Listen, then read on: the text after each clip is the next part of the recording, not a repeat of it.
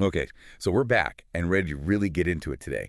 This time, we're going to be tackling Chapter 15 of Coded Hearts by Aiden Blackwood. So it hurts. Yeah. And I am so excited to talk about this one. This is one of those chapters that it really got me thinking, and I couldn't wait to actually dive in with you and get your take on everything that's going on. Well, I'm always happy to oblige. What is it about this chapter that you found so fascinating?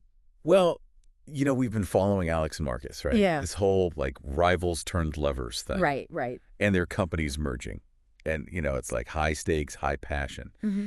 And then Chapter 15 jumps forward a whole year. Okay. And it's not just like, oh, they're surviving. Yeah. It's like, no, they are thriving. And it's like, how is this even possible? Right. You would think that that kind of high pressure situation, especially with that romantic entanglement, it's a recipe for disaster. Totally. Yeah. You think about it, most mergers, especially when you're talking about two companies that were previously rivals, it's just a battlefield. It's like ego and culture clashes. Exactly. And then you throw in all the, like, employee anxiety. Absolutely. I mean, think about it. People are worried about their jobs. They're worried about, the change in the company culture. Like, is it going to be a place that they're happy anymore? Yeah, So, to see a chapter that jumps ahead a year later and it's all sunshine and roses, I was surprised as well. Yeah, I was like, is Blackwood just, like, giving us, like, the happily ever after, but, like, skipping over all the messy reality? Right, exactly. And that's why I think this chapter is so interesting, because it doesn't shy away from the fact that there was a process. Like, there was a method to their success. Yeah, and the way they frame it is interesting too, right? Yeah, what do you mean? They talk about this integrated leadership model. Right, right. And that, to me, that's the clue, right? It's not just like, oh, they magically made it work because they're in love or whatever. Yeah. There's something intentional happening here. And that's what I think makes this chapter so valuable, because it's like, okay, there's a lesson here. Yeah. There's something we can learn from this, even if we're not running a tech company. Totally, totally. So, okay, let's paint a picture here. Okay. Blackwood doesn't just say, oh, they're successful. They give us these very specific details about what this thriving company actually looks like. Right, right. What are some of the things you picked up on? Well, first of all, they talk about this, like, redesigned workspace. Okay, yeah. How do they describe it? It's all about collaboration. Yeah. Like, they actually tore down walls, Yeah. like, literally and figuratively, between the teams that used to be rivals. I see. So they're physically embodying this idea of breaking down barriers. Exactly, yeah. And it's not just like, oh, it looks pretty. It's tied to, like, actual results. Okay, how so? Well, the book mentions, like, increased innovation rates. They're, like, pumping out new products, new ideas, way more than before the merger. Right, and that's crucial in the tech world. Innovation, that's how you stay ahead of the curve. Exactly. And they're not just, like, grinding their employees into the ground to get these results either. No, they're not. That's a great point. The book specifically mentions high employee satisfaction, and that's often the thing that gets sacrificed in these big mergers. Yeah. It's all about the bottom line, right? But here, Blackwood is showing us that, no, you can actually have both. You can have a successful company and happy employees. Which honestly feels kind of revolutionary. It really does. And I think it speaks to this idea of a genuine cultural shift. It's not just slapping a new logo on the building. It's a fundamental change in how they work and how they treat their people. Yeah. And then there's this, like, little detail that really caught my eye, maybe because I'm a bit of a nerd for this stuff, but they mention a Harvard Business Review study. Oh, yeah.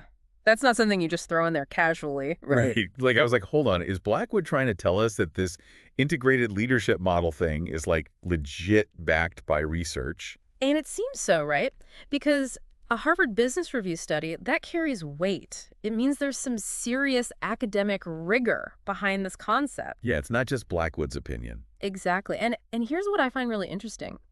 That study, they call this model unconventional. Right. Right. So it's not just that it works, it's that it works in a way that nobody really expected. And that, to me, is where the real juice is, right? Because it challenges our assumptions about how these things are supposed to work. Yeah, like, okay, most mergers, it's about one company kind of swallowing the other, right? Right. It's about dominance. It's about who's in control. And maybe they keep a few key people from the acquired side, but it's mostly about, like, assimilating them. Exactly, yeah. But this integrated leadership model, it's suggesting something different. It's like they took these two very distinct leadership styles, Alex and Marcus, right? Right, who are clashing before. They're clashing, and they somehow, like, wove them together. Yes. It's like instead of one trying to outshine the other, they figured out how to complement each other.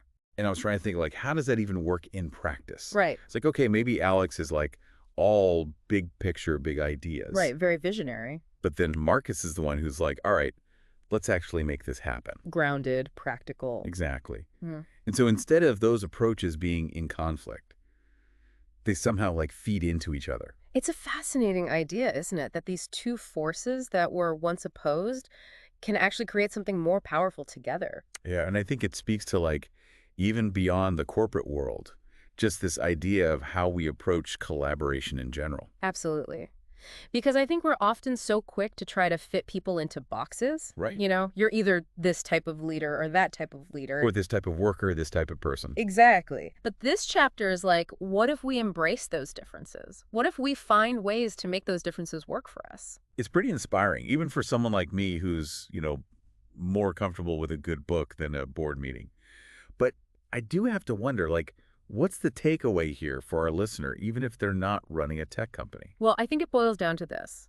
Change is inevitable. Okay. Whether it's a merger, a new job, or just like life throwing you a curveball. Yeah. And this chapter is showing us that we don't have to fear that change. In fact, we can use it to our advantage. By, like, staying adaptable? Exactly, by being open to collaborating with people who might be different from us. Yeah, and maybe even people who we used to see as our rivals. Absolutely. Because at the end of the day, we're all in this together. And if we can learn to work together, to combine our strengths, then who knows what we can achieve. I love that.